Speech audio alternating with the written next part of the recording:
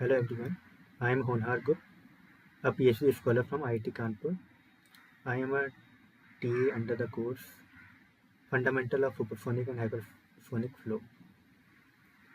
Today we will discuss about week 2 and if you have any doubts you can also ask in between.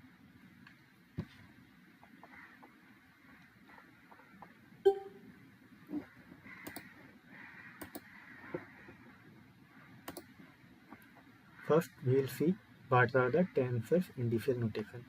So in differential notation are useful in writing multiple equation in only as a single equation, like momentum equation.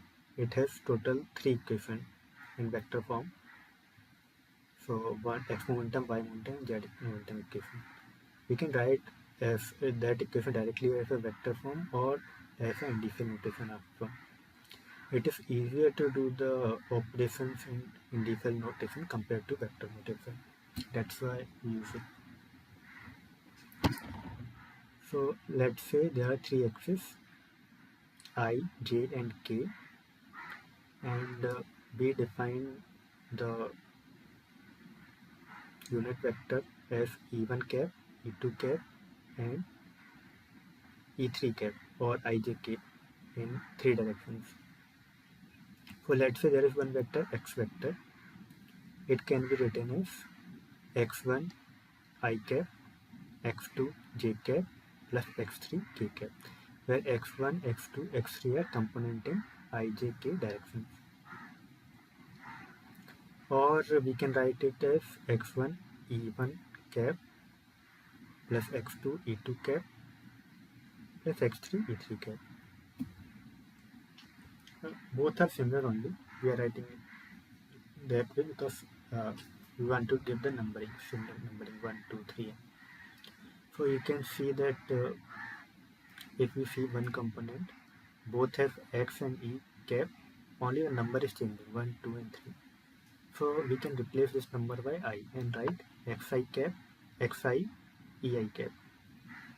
So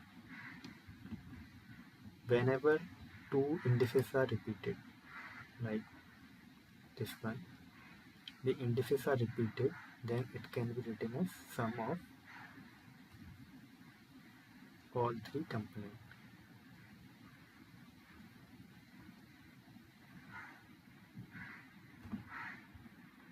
Oh, sorry.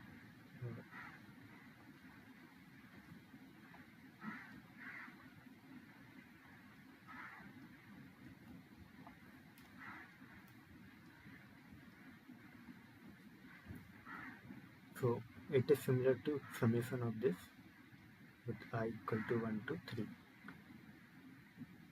because there are only 3 directions. So if there are only 3 directions in space, so indices can have values from 1 to 3. And the minimum number of directions required to represent a vector is called basis. So how many directions are required here? Here total 3 directions are required to present the vector. So how many bases are there? 3. And what are those bases? E1, E2 and E3 are bases.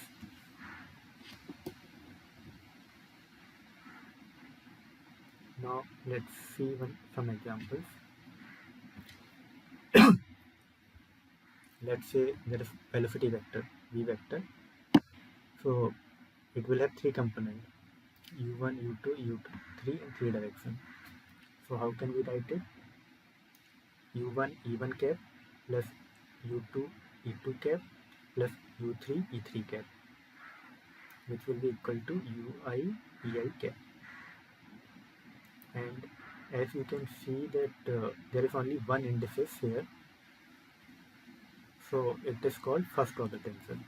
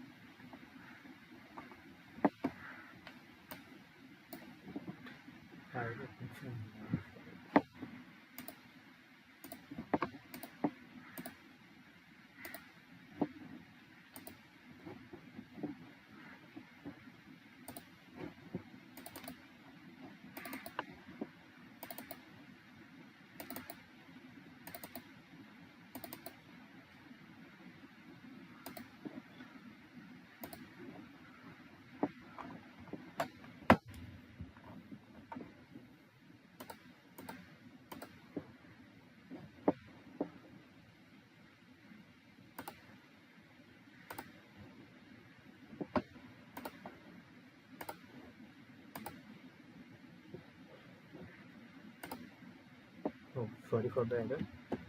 So where were we were here. So similarly, there is also a stress vector, which is defined as sigma ij, and it can be written in the matrix form as sigma 11, sigma 12, sigma 13, sigma 21, sigma 22, sigma 23, and sigma 31, sigma 32, sigma 33. And in this one you can see there are two indices. So first indices will show the direction of surface normal. Let's say there is one body like this, and we are taking this surface. So in which direction this surface normal? It is even direction. And so, and let's say if we are seeing this surface, then it is E2 direction. And this surface E3 direction. So this I cap will show the which surface we are taking. So let's say it is I equal to 1, and it will be this surface, because E1 vector is the direction of this surface normal. And second indices will show the direction of stress. So in any surface there can be three stresses. One normal stress,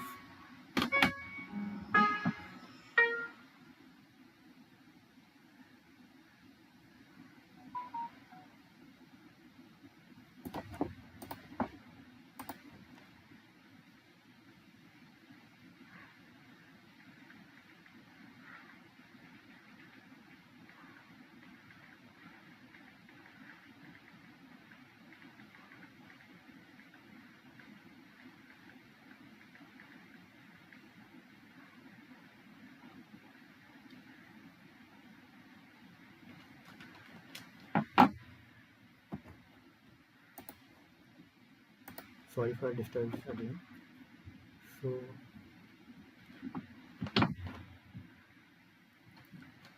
this second indices shows the direction of stress. So in any surface there can be three stress. One is the normal stress, and other two are shear stress, which can be E2 and E3 direction.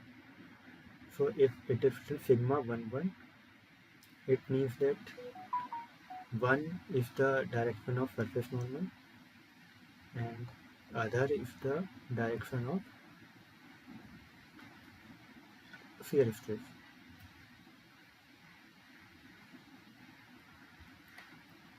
So it means that it is the normal stress in the surface 1. Like this we define the shear stress. And as you can see, there are two indices here, so it is second order tensor.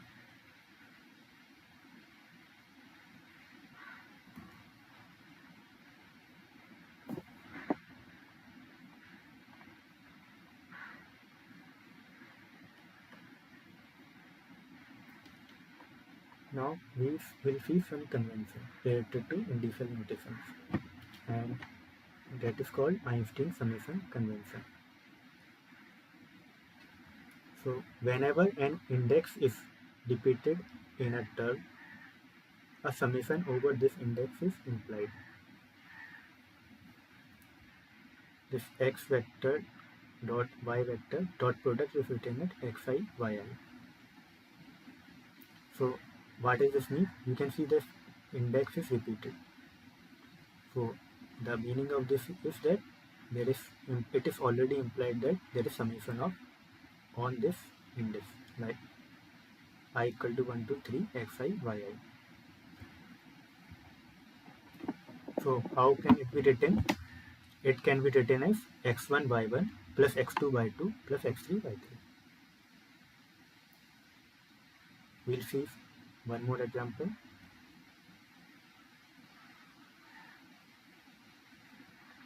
Yi equal to aim bm. So here indices m is being repeated. So what does it mean? There is summation over this indices m. So it can be written as sigma m equal to 1 to 3 aim bm equal to ai1 b1 plus ai2 b2 plus ai3 b3. Now you might be thinking that this indices I is also repeated, but no, this indices would be repeated only in term only, like this term only, not like some other term.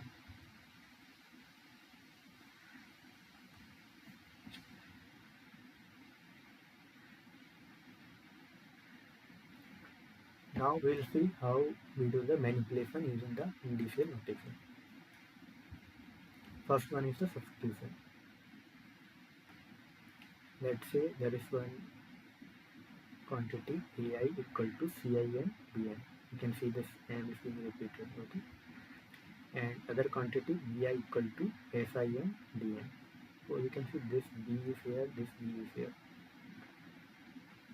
So now we have to substitute this b here. How to substitute? So there is one rule, we can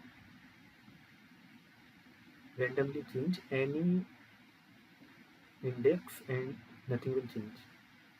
But that index will not exist already there in the term. Let's say this bi equal to sin dn. So we can change this m to n as there is no n here. So we have changed this bi equal to sin dn. Now we can change this I to n because we want to substitute here. So it should also have the same index. So bm equal to smn dn. We cannot do it like directly. We can bm equal to smn dn because this m was already here. So we cannot substitute this I to n. Now we got bm equal to smn dn. So what will be the value? So we can substitute this bm to here. So what we will get? ai equal to cin from here and then smn dn.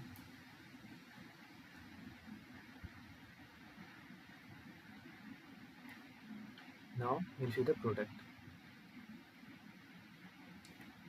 Let's say there is one quantity s equal to a and bm and other quantity r equal to xm by m. So we want to do the product. Then first we have to see that this quantity is, this m is already here and we are not substituting, we are multiplying f into r. So we cannot multiply directly keeping this m same. We have to convert it to some other index. So let's say n, we have converted to n. So it can be equal to xn by n. So sr equal to am bm into xn by n.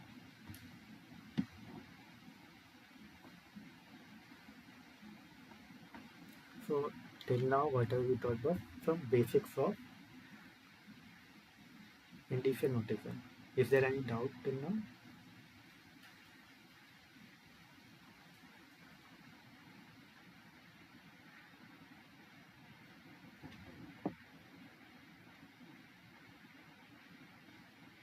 No? Then we will continue. So now we'll come to Kronecker delta.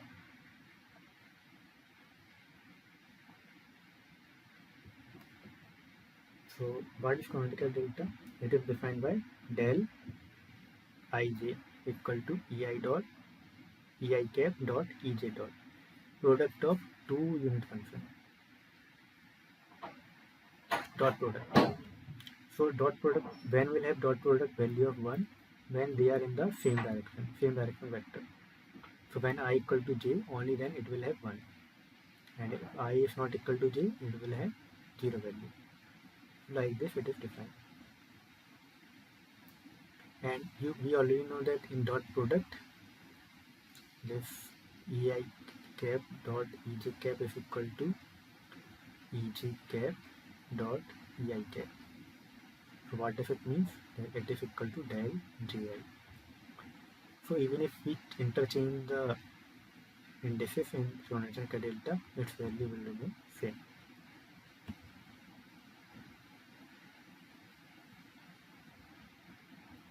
And if let's say we are multiplying true to Kronecker delta,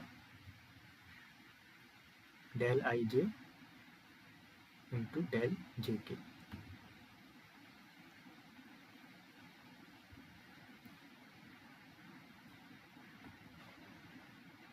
So what will be equal to? It will be equal to del ik. So you can replace this by the other indices which are not already there. You can easily prove this. And if let's say there is no common indices like del ij into del kl, then we cannot replace this, interchange these indices. Like this is not equal to del ik into del jl.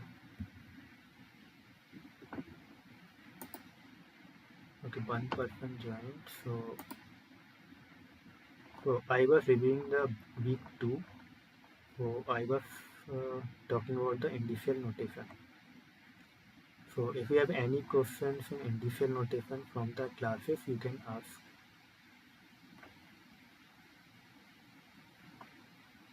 Is there any question from indicial notation or doubt?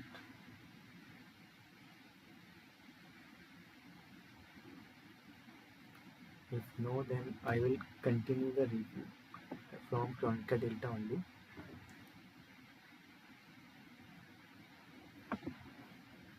And let's say there is this del ii. So we already know from that summation convention that if index are same, then it means that there is summation.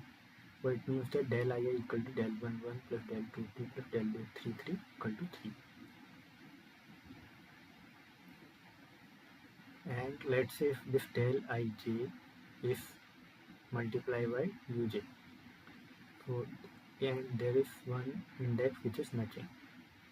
So we can replace this index by I. So it will equal to ui.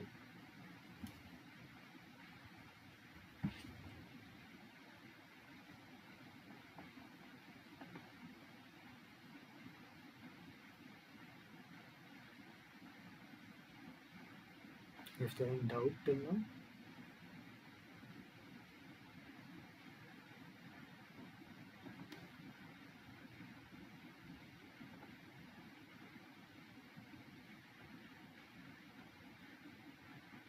No? Okay.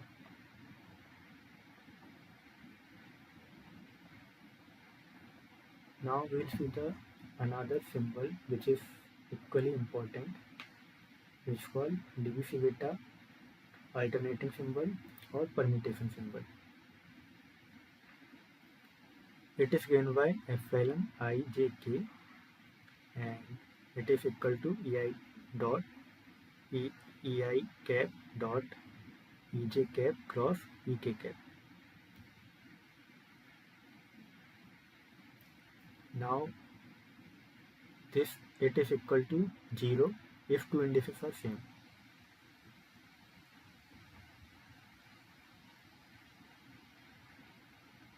Yes, you can also think like wait, let's say this is E1, this is E2 and this is E3. So what will be E1 cross E2? It will be equal to E3. And if you are multiplying it by E3 dot, then it will be equal to E3 dot into E3 dot. So it will be equal to 1. So you can say this order is 3 1 2. It means cyclic. 1 2 3. If you see this order 3 1 2, this is cyclic order. Yeah. So it is equal to 1. So if this order is cyclic, then ijk order is cyclic, then it is equal to 1.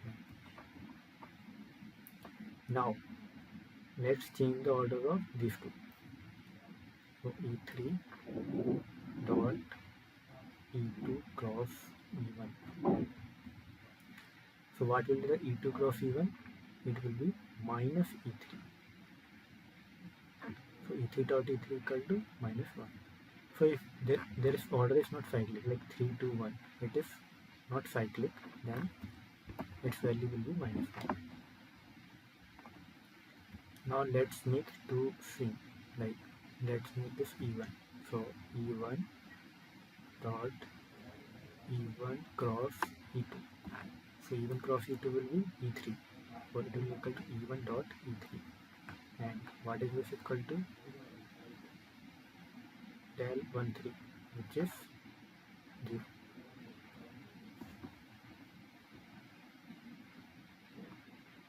So like this it is defined. If two indices are same, its value is 0. If I, j, k are in cyclic order, then its value is 1. And if I, j, k are in anti-cyclic order, then its value is minus 1.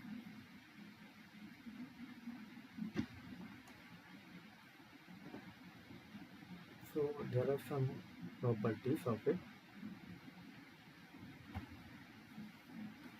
First one is epsilon ijk into epsilon imn. You can see that one indices is same, other two are different. So it can be written as del product of del jn into del kn into del jn into del kn. You can remember it like this. There are jn and kn. So first is multiplication of like this del j, jkn, del jn, del kn, then minus del kn, del jn.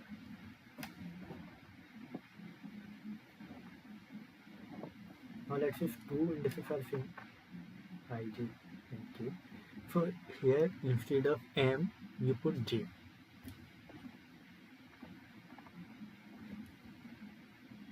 So del I j k del I j m. Sorry, epsilon, not del, equal to del jj del kn minus del jn del kj.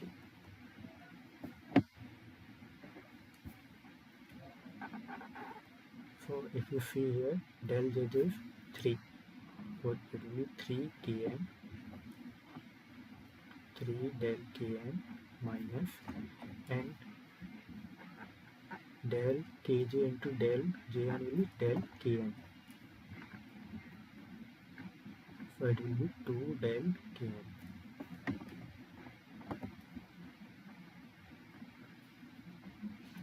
Now if k and n are also same, for 2 del kk value will be 3. For 2 into 3, 6.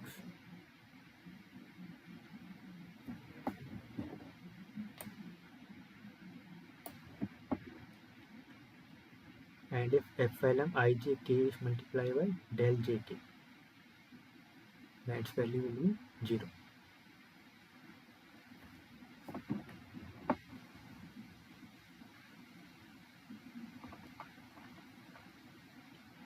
So now we have finished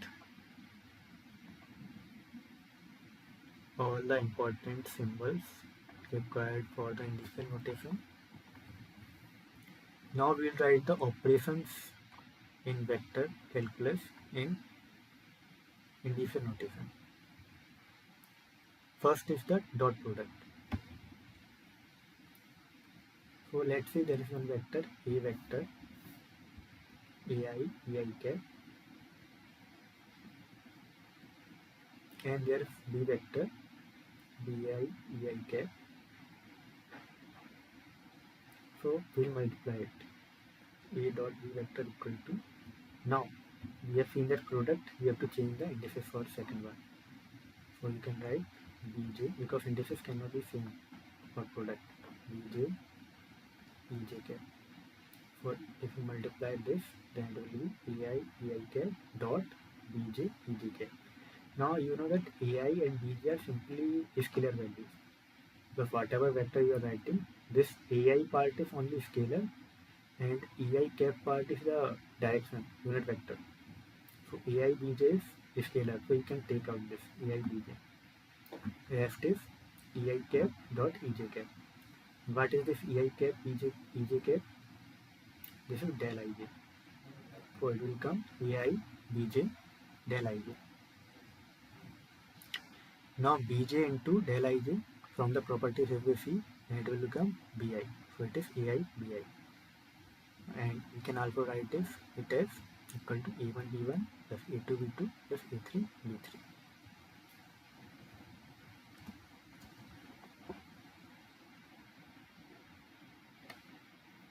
So that's how we write the dot product in indices notation. This one. Now vector product. Similar to before, we have two vectors, a cap, a vector equal to ai, ei cap, and b vector equal to bi, ei cap.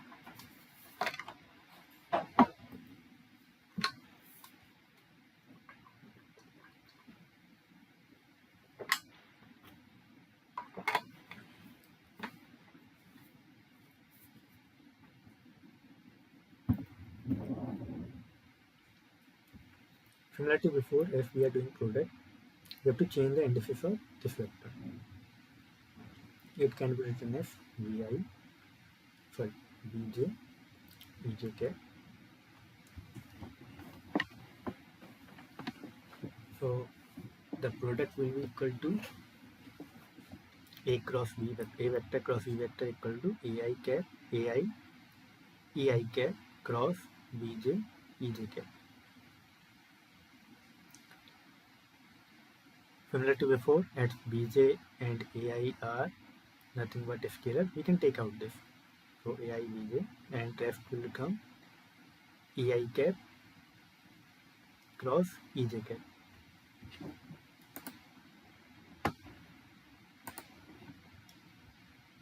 So ei cross ej cap, what it will become?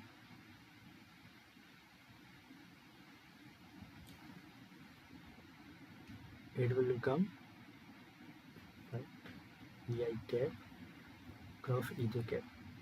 It will become equal to epsilon I j k e k cap. Because only if you multiply this by e k cap, then it will come epsilon I j k. So you can write it here. So if we rearrange it, it will become epsilon I j k ai bj e k cap.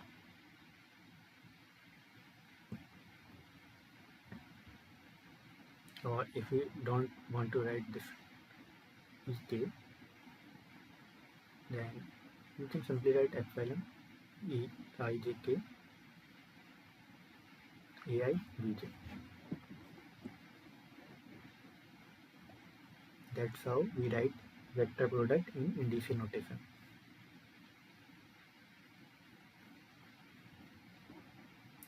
Any doubt, question till now?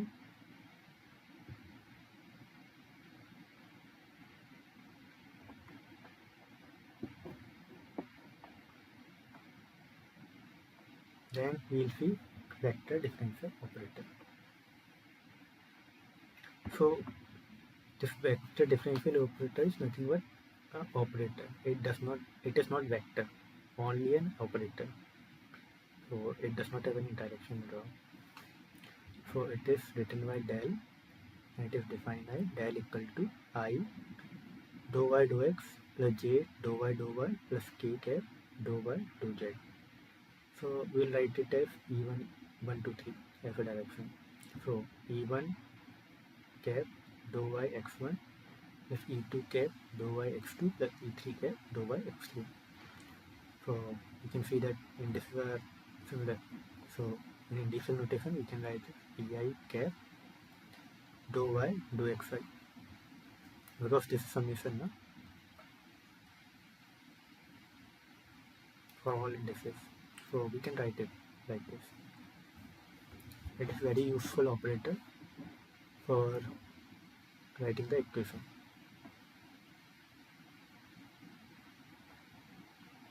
And using this operator we define different kind of quantity. First is the gradient. This gradient is defined for a scalar. So let's say there is one scalar phi, and we use this operator del on this. So how it will become? Our operator was ei cap dou y dou xy. So simply it will become ei cap dou phi y dou xy, and we can expand it I cap dou phi y dou x plus j cap dou phi y dou y plus k cap dou phi y dou z. So what does this gradient represent? This gradient is nothing but maximum rate of change and its direction. Let's say there phi equal to constant line, phi equal to constant line here. Then at one point, that del phi will represent the direction of its maximum rate of change. Here it is increasing. And if let's say we want to find in some random direction s cap what will be the maximum, then we have to take the dot product of that del phi dot s cap, which is nothing but equal to dou phi by dou s.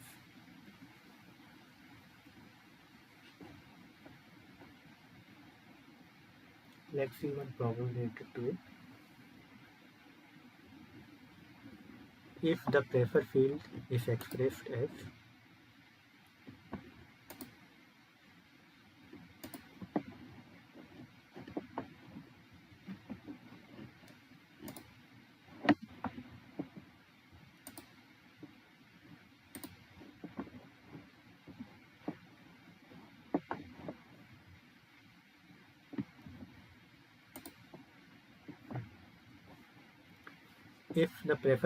expressed as P x y z equal to 2x square plus 4y square minus 3z square. The expression for del P is given by, there are four options: a equal to 16x square I cap plus 64 y square j cap plus 36 z square k cap. Option B 2x I cap plus 2 root 2 y j cap minus root 6 z k cap. Option C 4x I cap plus 8 y j cap minus 6 z k cap. Option D 4x I cap plus 8 y j cap plus 6 z k cap. So we are given this P x y z equal to this. So we have to find del P. So how is this del P given by? It is given by del I dou Py dou x plus j dou Py dou y plus k dou Py dou z. So what is dou Py dou x? If you take the derivative of this with respect to x, first term will give 4x, second term will give 0 because no x, third also same. Dou Py dou y is equal to, if you take the derivative with respect to y, first term will give 0, second term will give 8y, and third term 0. If we take dou Py dou z, first two term will give 0, no z there, third term will give minus 6z. So what is del P? It is 4x I cap plus 8y j cap minus 6z k cap. So which option is correct one? Option C is the correct one.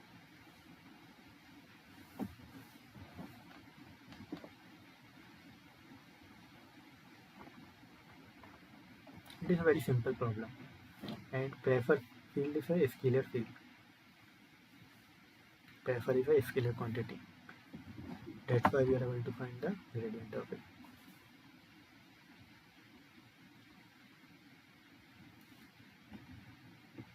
Now we will see what is the divergence.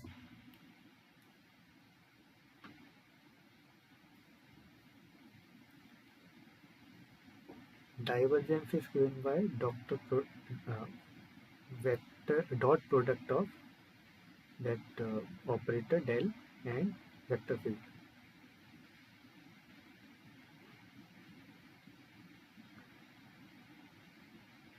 Let's say there is one v vector, velocity vector,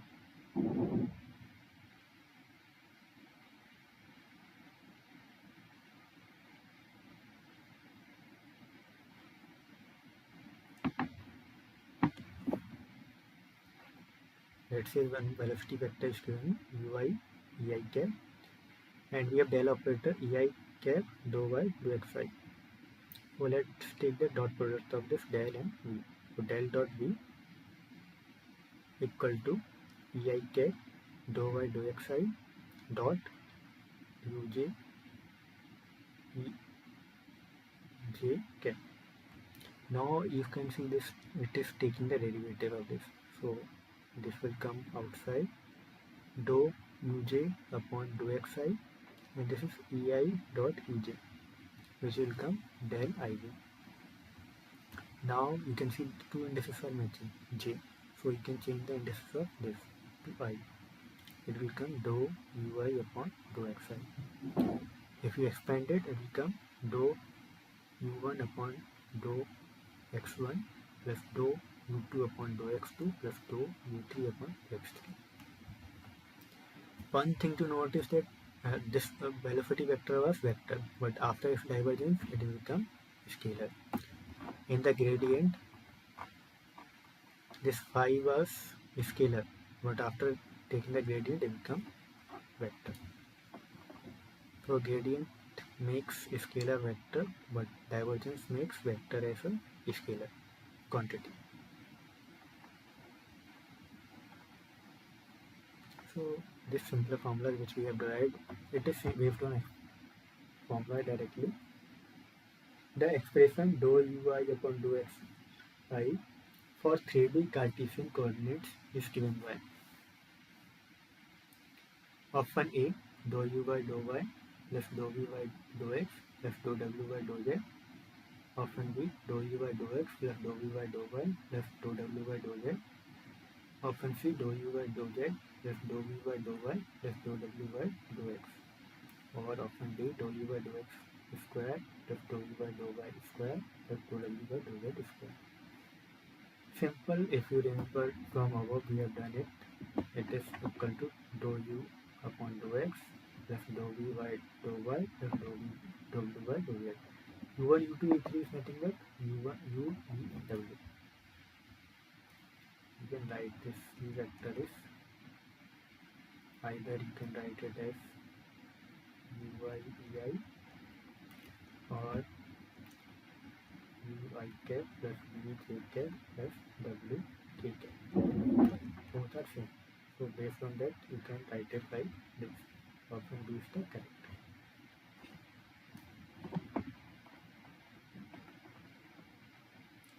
There's not any doubt in this one.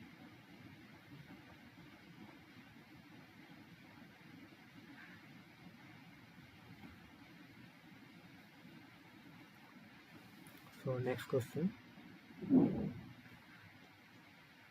In this one you have to calculate the divergence. So a velocity vector field is given by v vector equal to 5yz I cap plus 3xz j cap plus 4xy k cap. Then del dot v is given by option A 0, option B 12, option C 4, often d 5x plus 3y plus 4z. So we already know that del dot v equal to dou uy dou x plus dou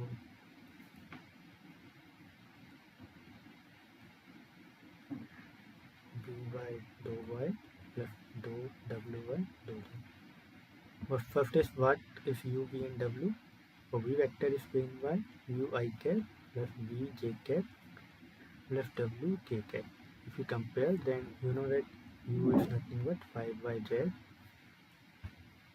v is nothing but 3xz, and w is nothing but 4xy. So if you take dou u by dou x, what it will be? It will be 0 because there is no extra here. If you take dou v by dou y, what it will be? It will also be 0 because no y in v. And dou w by dou z,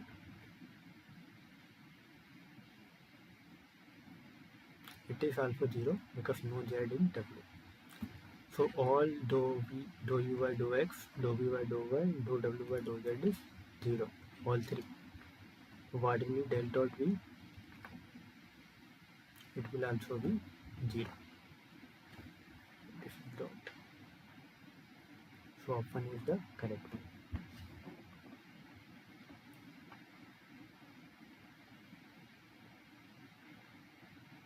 Any doubt?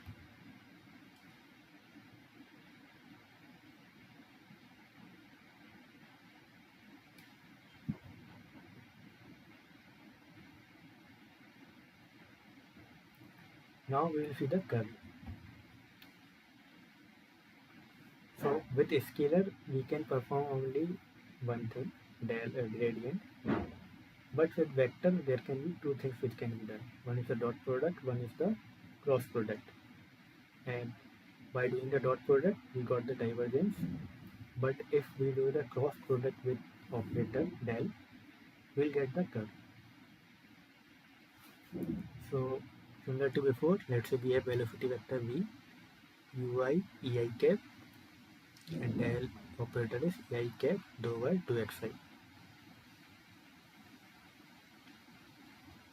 If we take the curl of cross product of those two, then del cross v vector equal to ei cap dou y dou xi, we have expanded it, cross uj ej cap.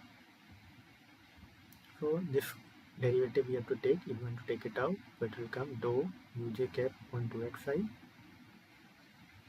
and ei cap cross ej cap. What is ei cap cross ej cap? We have done before also. It is nothing but epsilon ijk into ek cap. So we will get dou uj upon dou xi epsilon ijk ek cap. We can one thing in this epsilon ijk, even if we change the order of index cyclic in the cyclic order, nothing will change. So we will write I as a j, j as a k, and k as a I. So I, j, j as a k, k as a I. So we can get the dou uk upon dou xj epsilon ijk into eik.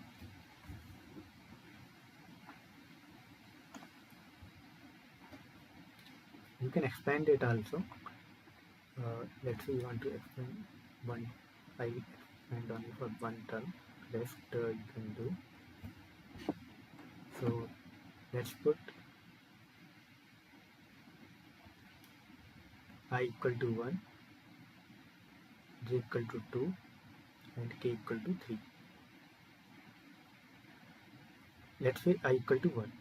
If you put I equal to 1, then it will become del uk upon del xj Epsilon1 j k E1 cap. There will be rest other term also will be there for corresponding to E2 and E3. Now here value of j and k can be either 2 3 or 3 2, because if we are having 1 as a value it will become 0. Properties of epsilon Lebesgue beta.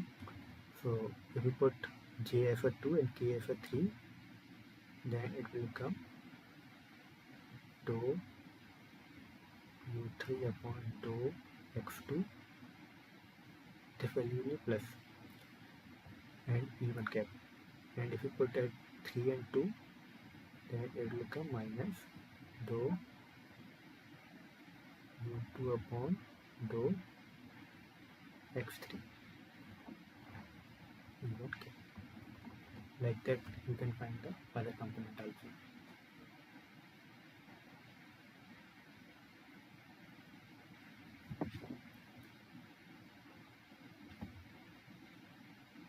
So like this we got the curve in initial notation.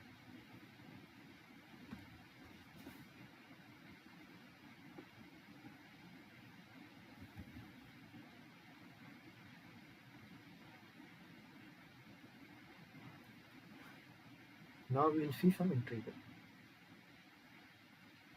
First one is the line integral. Let's say there is one curve A to B, and at some point there is a vector in this direction, and this is one small length, infinitely small length ds, and n vector is the along this length. So line integral is given by integral A to B a vector dot ds vector. This ds vector is based on this line. Its amplitude will be ds and cap will be the direction. So this, it is a line integral in open curve. Let's say this is a closed curve, and in closed curve positive is taken as in anti-clockwise direction. At one point ds is like this and a vector is like this, then the integral is given by integration c a vector dot ds vector. This is the symbol of closed curve. So like this line integral is given by.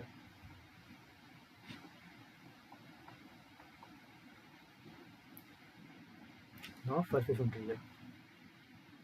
I have made similar symbol, but this s bar you can say that is small s for length only, and this is capital S for surface.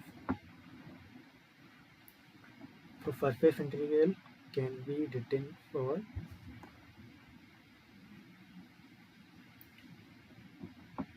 in three ways.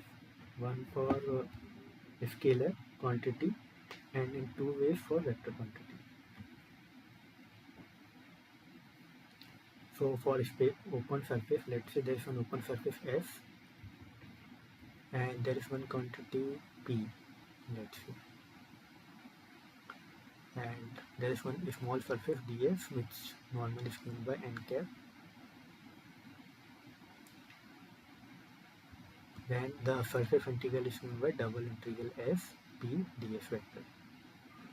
If let's say the quantity was v vector, then it can be written by v vector dot ds vector or v vector cross ds vector for the open surface. For the closed surface, the symbol is this.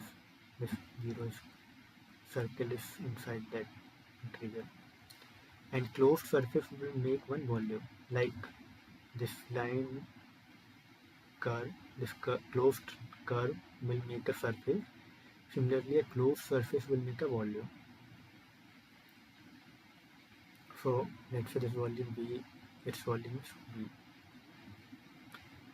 So for closed surface also it is similarly, only we have the symbol of closed surface integral.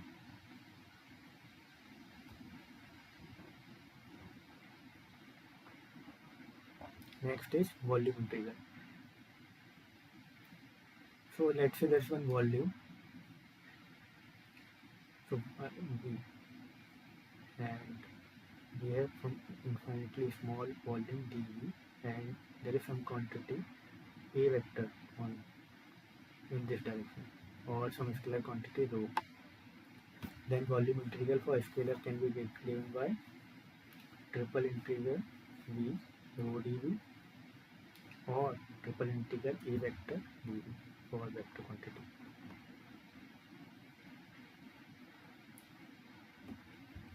Like this, volume integral is given by. Now there are some theorem which is used for converting line integral to surface integral or surface integral to volume integral. So one of that theorem is Stokes theorem, which converts line integral to surface integral, and it is only possible if the curve used in line integral is a closed curve, which is making a surface S. So let's say there is one closed curve C which is making a surface S. Then and there is one quantity A vector.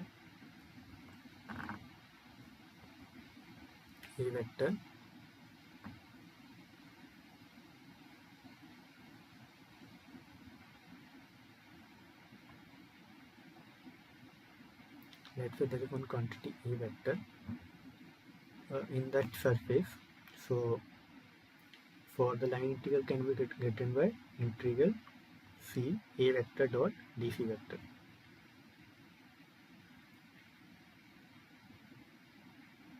And according to this Stokes theorem, for the surface, open surface which is made by this closed curve, it can be written as the double integral of del cross A vector dot ds. So this A can be written as the curl del cross A with the dot product with ds, where ds is the infinitely small surface with n cap as the normal direction. For this Stokes theorem convert line integral to surface integral. It is a very important theorem in vector calculus. So it is advised to remember it. Other theorem is Gauss divergence theorem.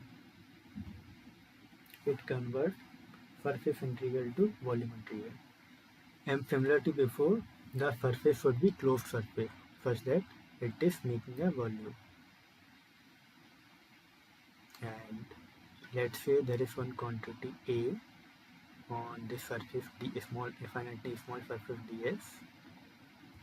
Its surface integral is given by double integral A vector dot ds, usually of course in the closed surface.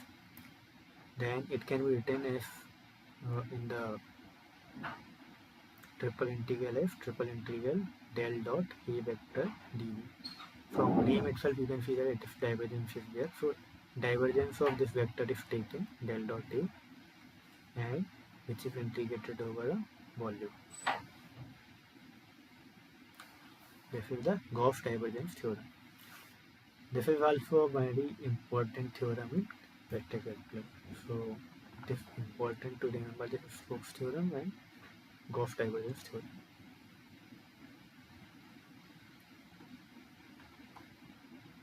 There is also one more theorem, but it is not used. This Gauss divergence theorem is for vector, but this gradient theorem is for scalar. Let's say quantity is not vector A, but a scalar quantity rho. Then its surface integral can be given by double integral rho ds, and instead of that divergence, you will take the gradient of this here. So it can be taken triple integral u del rho d. So like this we'll get from surface to volume integral. So these three are very important theorems. and in the derivation of Navier-Stokes theorem also, it is used for converting one form to another.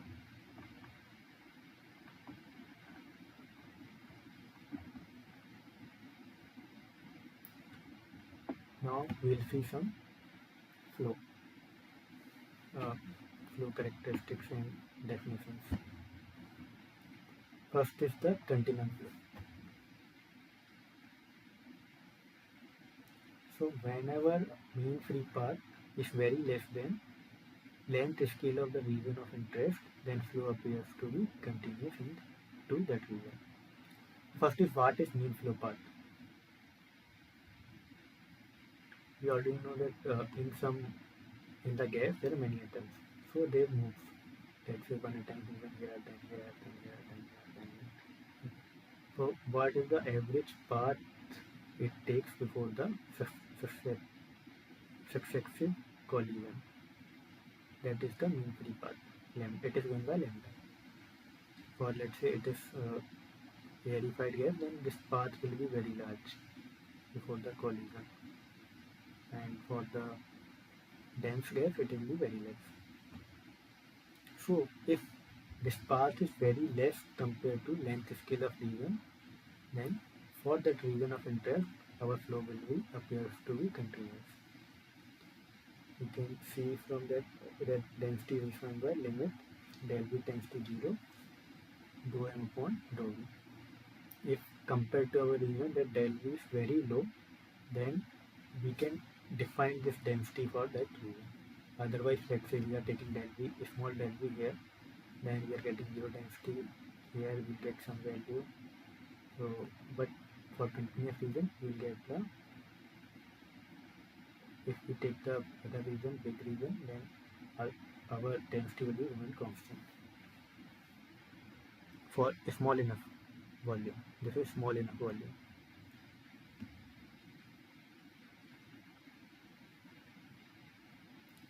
And in the continuous and in the continuum flow, it is assumed that fluid is continuous, it is everywhere.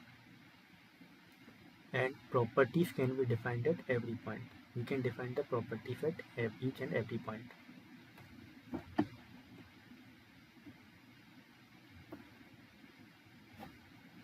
Next is the Lagrangian and Eulerian description of fluid motion. So the motion of fluid can be described in two ways, Lagrangian and Eulerian description. So in Lagrangian description, we follow the fluid element. Let's say this fluid element is moving, we follow this fluid, what is happening with this, we will keep following the fluid only. And in Eulerian description, we observe the fluid flow through a fixed set of coordinates, like this is coordinate reference frame, and we will see the flow from this reference only. So let's say there is one property phi which evolves in xyz t. Then we can define one substantial derivative d phi by dt equal to dou phi by dou t plus v dot del phi.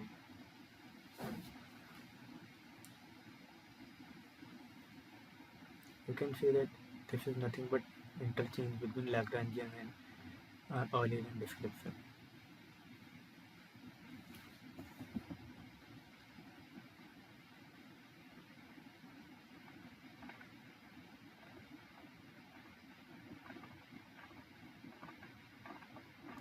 Now we will see one of the important lines in the fluid flow which we define. It is an imaginary line only. First type of line it does not exist, and we only define it. So a streamline. Streamline is defined as a line which is everywhere parallel to local velocity vector v vector xyz t ui cap plus vj cap plus wj cap. So we define it as only at instant. At an instant, let's say t equal to t naught, we are getting velocity at different particles. Like at this point velocity is v vector here, this point velocity is v vector, this point somewhere, and we connect all this point where this velocity is tangential, we'll get a line. That line is called streamline.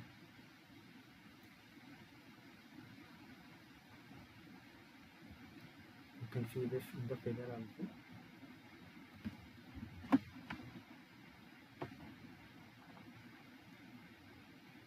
So now we'll check how to write the equation of a streamline. Let's say this is the direction ds. At one point it is given by ds vector equal to dxi plus dyj plus dzk, and it is the infinitely small arc length along the streamline. And let's say velocity vector is given by this ui cap plus j cap plus wk cap,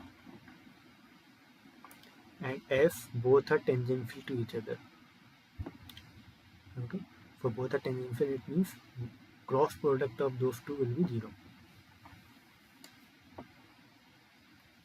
Cross product will be 0.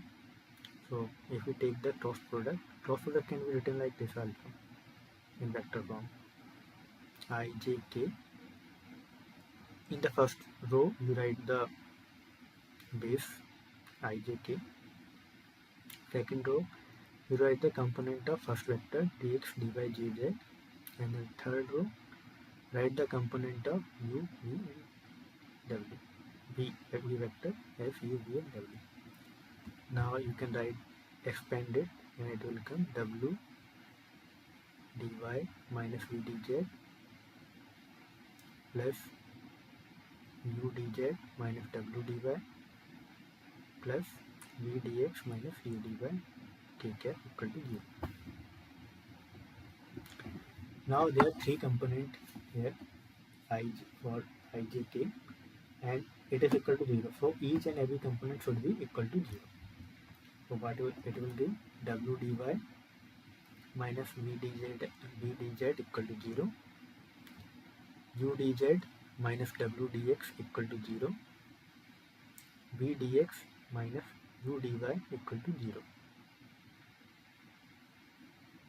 So from this one, if you check, you can write dz upon w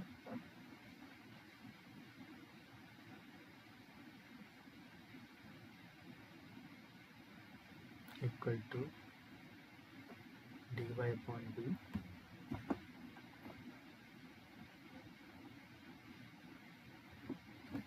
okay, this is the mistake.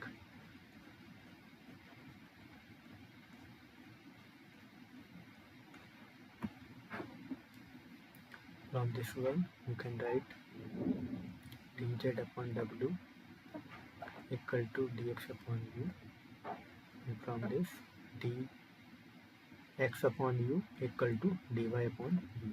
So if combined all these three, you can write dx upon u equal to dy upon v equal to dz upon w. After solving this equation, you can find the equation of streamline. So there are some properties of streamline.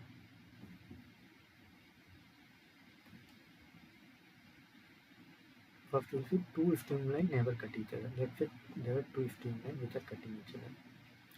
So at this point, according to this streamline 1, velocity will be in this direction, and according to this streamline 2, velocity will be in this direction, which is not possible at one point.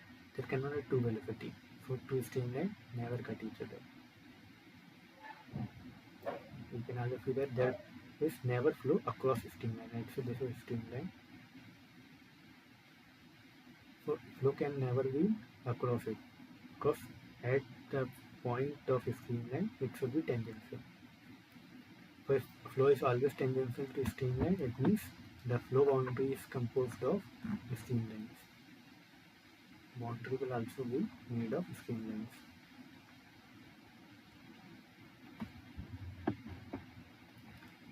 For continuous flow, all streamlines extend from minus infinity to infinity or form a closed curve. So either if Cn will come from minus infinity to infinity, or it will form a closed curve.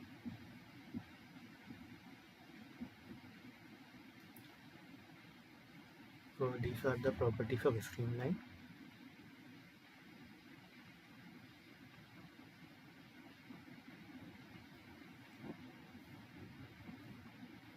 Now we will see what is angular velocity and vorticity.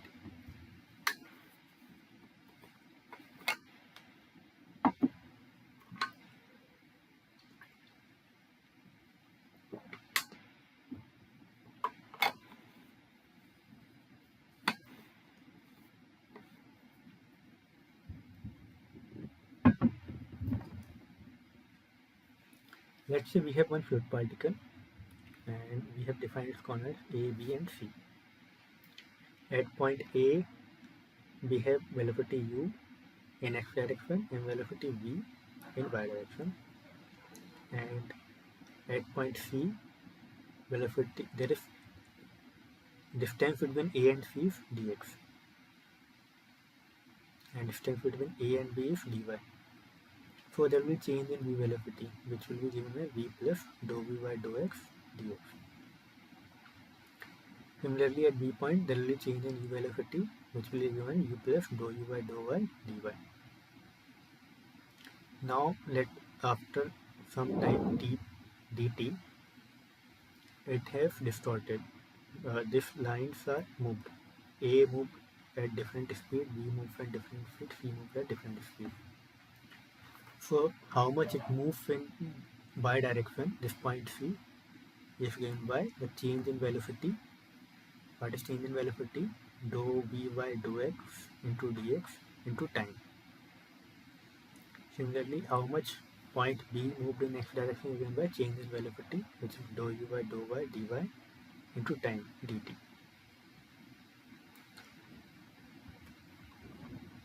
So how much this angle del theta 1 is given by, it is given by minus, because this angle is in the clockwise direction, so that's why we are taking minus dou u by dou y, this length upon this length. Because tan del theta, how we are writing is, we are writing simply by tan del theta 1 equal to approximately equal to del theta 1, because angle is very small. So we can write it as minus dou u by dou y dy upon dt, and this length is how much? Dy. So this will cut. So minus dou u by dou y dt. Similarly, delta theta 2 is equal to dou v by dou x dt.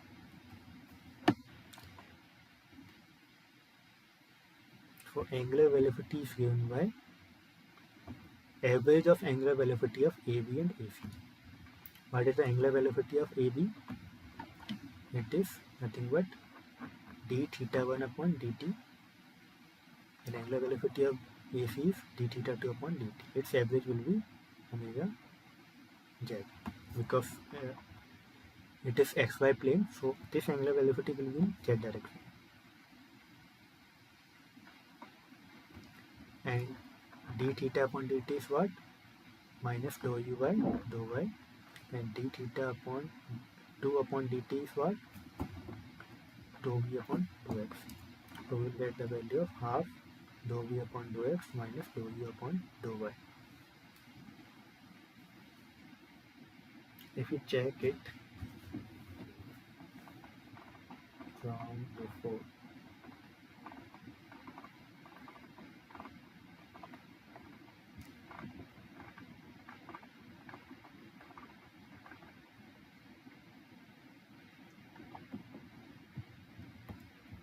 this we have written curl. So if you write it as UVW, so it is nothing but dou W by dou y minus dou P by dou z. cap, and if you want to write Ez cap component, then it will be, we have to go by cyclic. Ez means E3, so 3 component will be 1 will become 3. So 1 back, so dou u2 upon dou x1 minus dou u1 upon dou x2, or you can write it as dou v upon dou x minus dou u upon dou 1. So this component is nothing but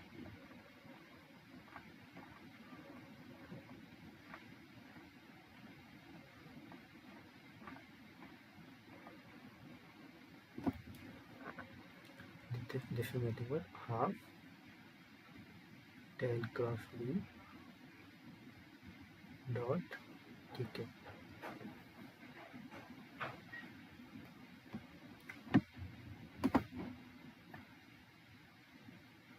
So in 3D it will be nothing but half del cross v. It will have all 3 components. So this angular velocity is given by half del cross v.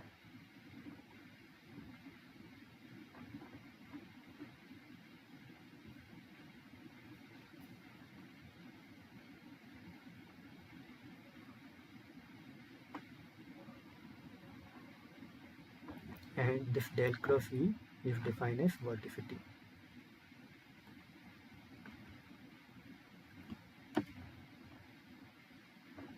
And it is equal to 2 omega.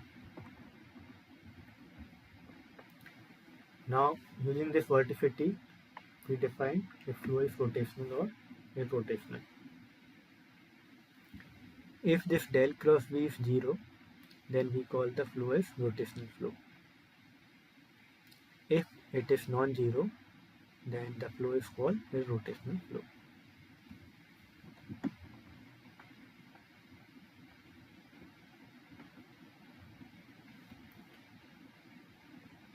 Now we define one more property, strain of fluid element.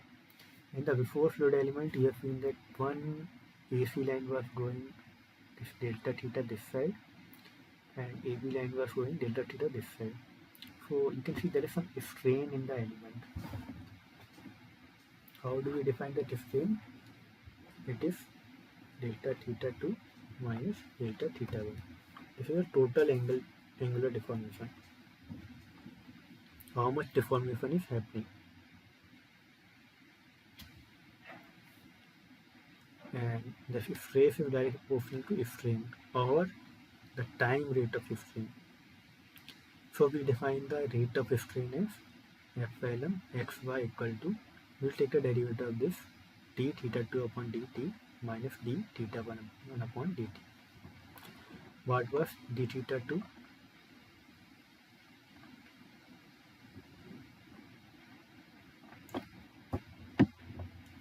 What was d theta 2 upon dt? It was minus,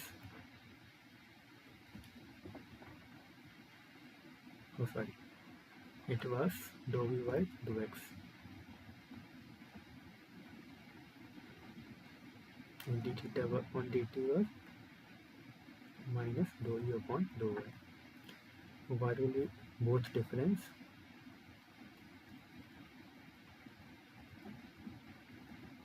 It will be dou v dou x plus dou u dou y. So it is the time rate of strain. Similarly, you can write epsilon yz. As it is cyclic, you have to just interchange x to y, y to z. This is x. You have to interchange x to y, y to z, u to w, w to u, and u to v. So epsilon yz is what? Dou v upon dou z plus dou w upon dou y. And epsilon xz, dou u upon dou w upon dou x, dou u upon dou z. Like this, all three streamlets are defined.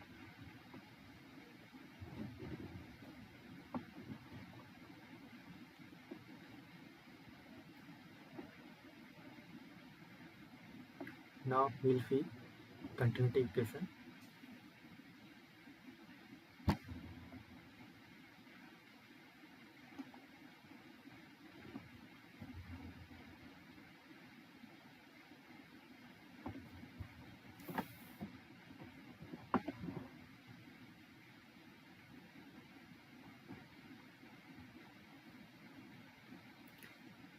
So continuity equations is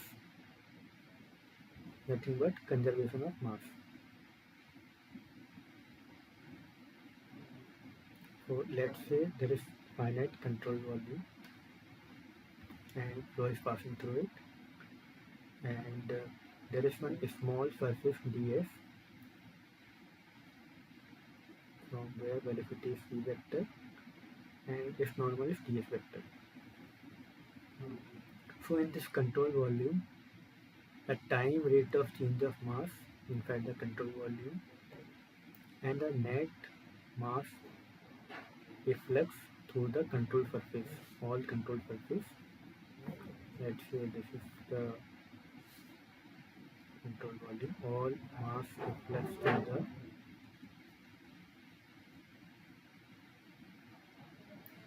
the control surface and the rate of change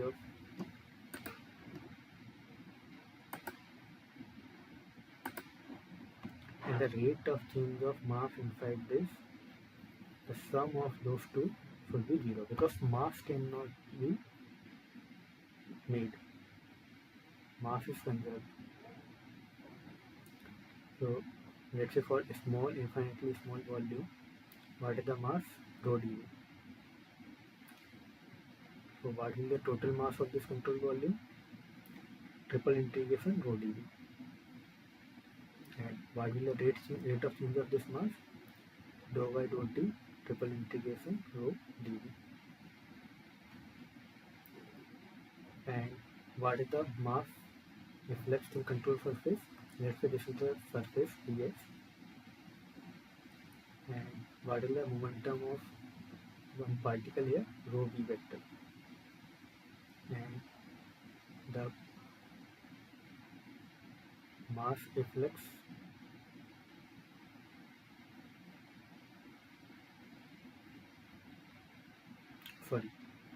this is the control surface ds.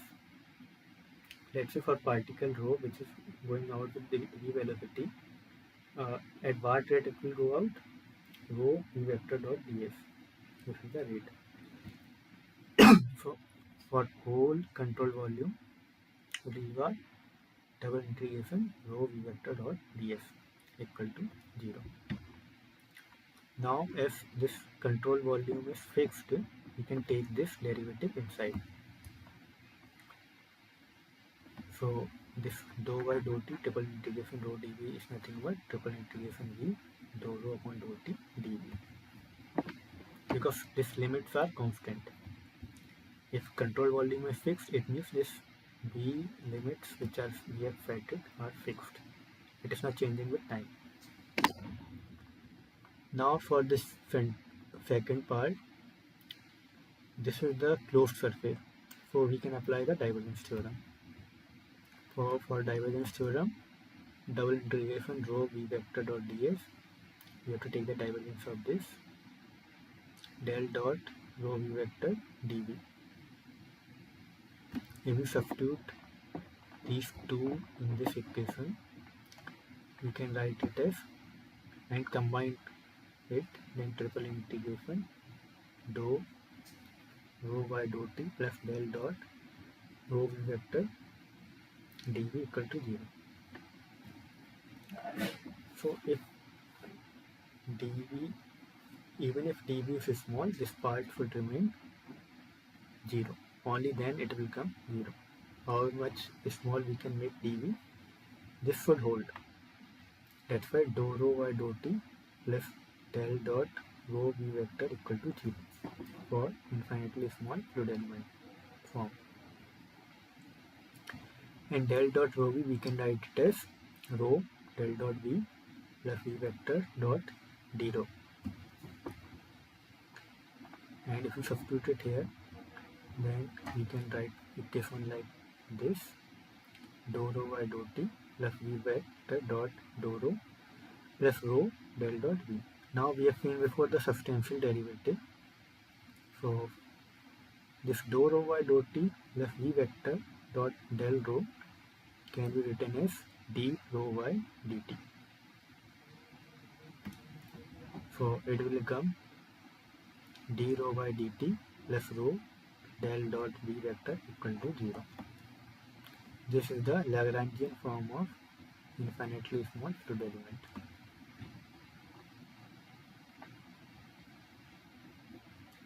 So this is the continuity equation.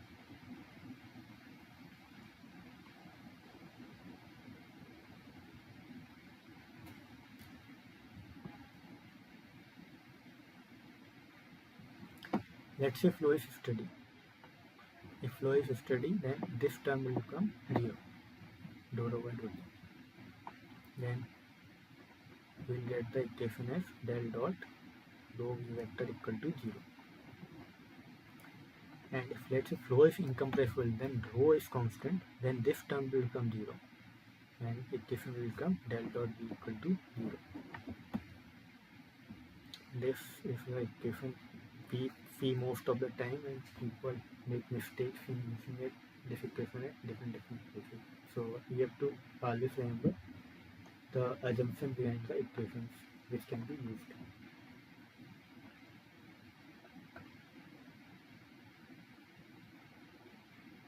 So we have finished the continuity equation here.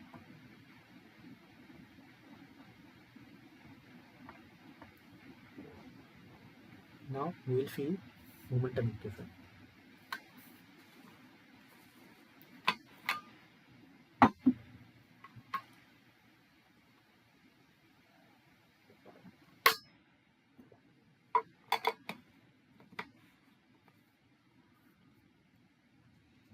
So momentum equation is nothing but force equation, F equal to ma.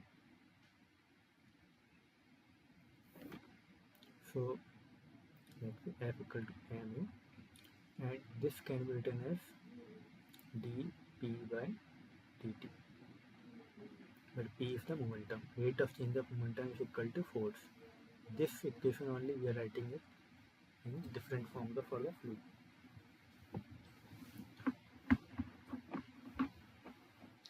So left hand side we will consider the change in momentum, and right hand side we will equate it to the forces. So if we consider the one control volume like before, if we consider the control volume similar to this only.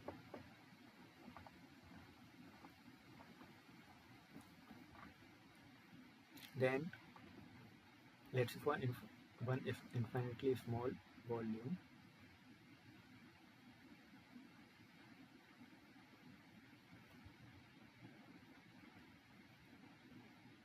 we have momentum of rho v.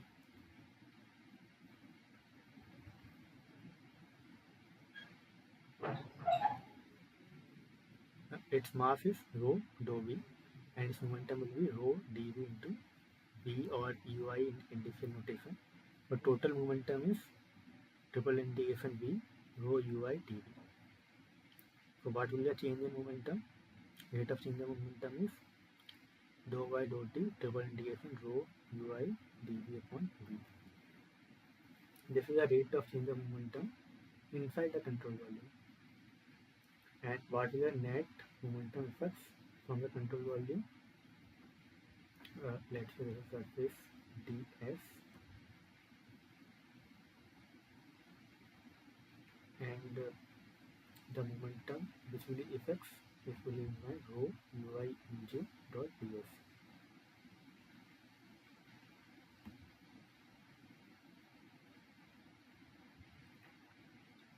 And it will equal to total forces.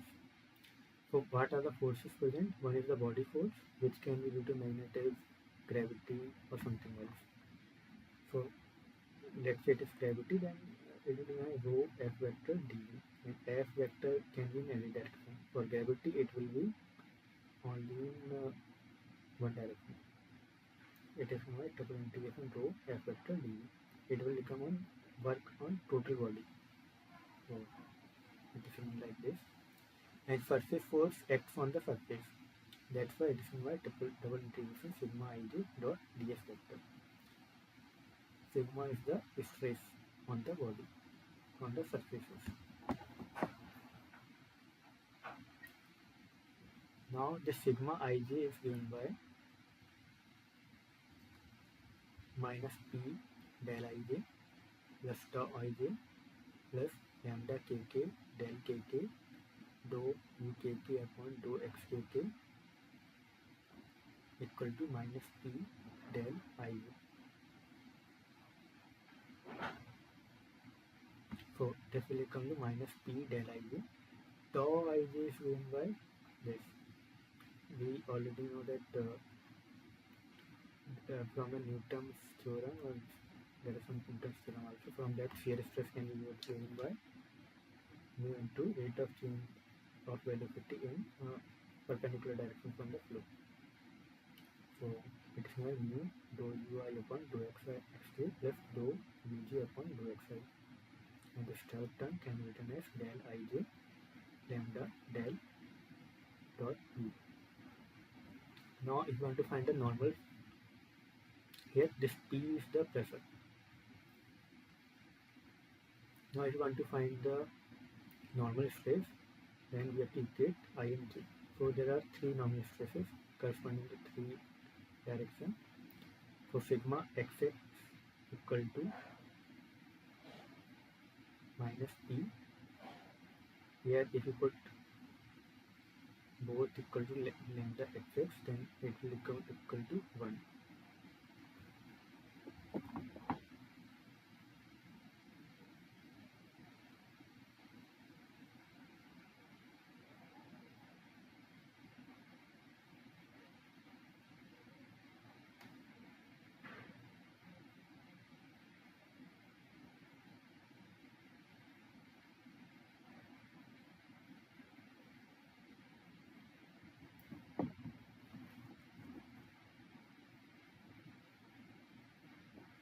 Then it will become minus P, and this if you put I and J equal to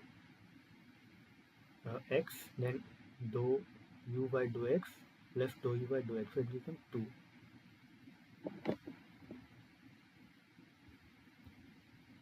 So 2 mu dou u by dou x plus this lambda, and this also del ij will come 1 del dot v vector. Similarly, sigma y equal to minus p plus 2 mu dou v by dou y plus lambda del dot v, and sigma z equal to minus p plus 2 mu dou w by dou z plus lambda del dot v. Now we will define one mechanical pressure. It is equal to P bar equal to minus 1 by 3 sigma xx plus sigma yy plus sigma zz. Let's say we are taking the sum of these three, then what it will be? It will be minus 3p plus 2 mu dou u by dou x plus dou v by dou y plus dou w by dou z plus lambda del dot v. This is also equal to del dot v. So it is equal to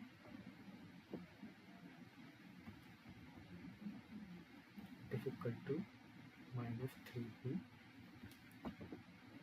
well this is 3 lambda. So this is equal to minus 3p plus 2 mu plus 3 lambda del dot v. If we divide it by minus 1 by 3, that will become p minus lambda plus 2 mu by 3 del dot v. And if we write it as p minus p bar, then it will become lambda plus 2 mu by 3 del dot v. And this term is written as mu bulk viscosity into del dot v. In many of the fluid flow problem, this bulk velocity is equal to 0. So we can define this lambda equal to minus 2 mu by 3 if it is not given. And like this we define this sigma. Now let's say for either equation this tau ij is given as 0. So what will be sigma ij? It will become minus p dou ij plus del ij lambda del dot v. And if we consider inviscid flow also, this lambda will become 0. So our equations, momentum equation will become dou y dou t triple integration rho v vector dv plus double integration rho v dot ds v vector equal to minus double integration p ds plus triple integration rho f vector dv. Now let's take only x momentum equation. So it will be dou y dou t triple integration rho u dv plus double integration rho v dot ds u equal to minus double integration p ds dot I plus triple integration rho fx dv. Similar to before, this dou by dou t can go inside because control volume fixed and limits are time invariant. So dou by dou t triple integration v rho u dv will become equal to triple integration v dou by dou t rho u dv.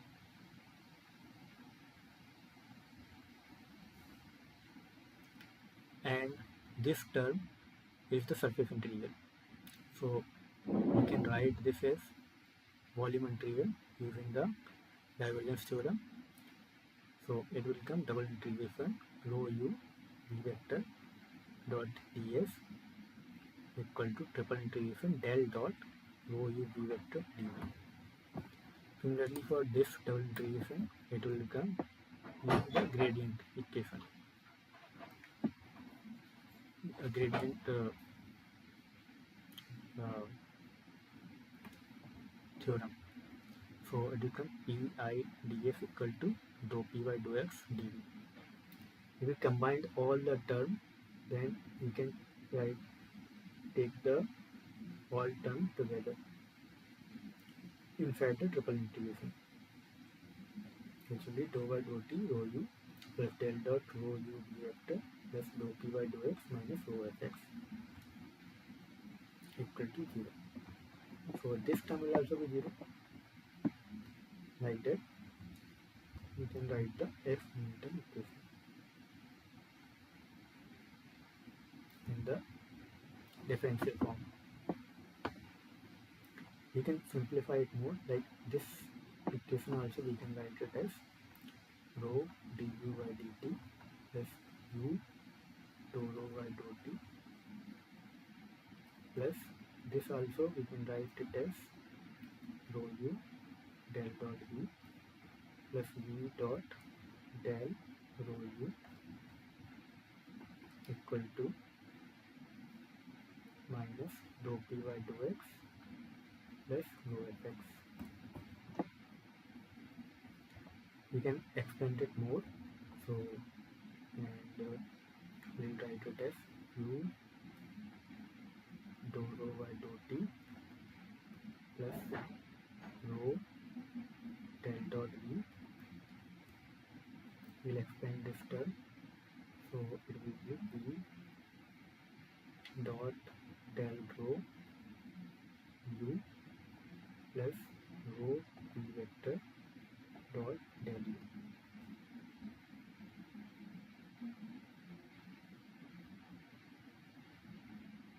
Plus rho dou u by dou t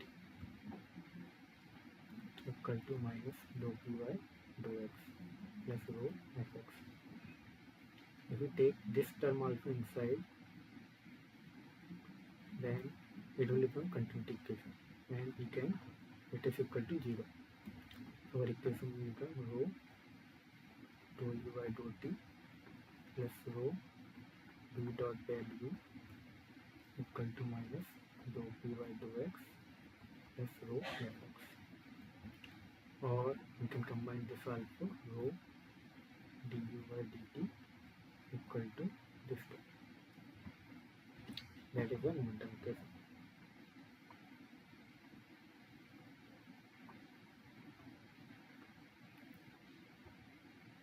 Similarly, we can write the energy equation also.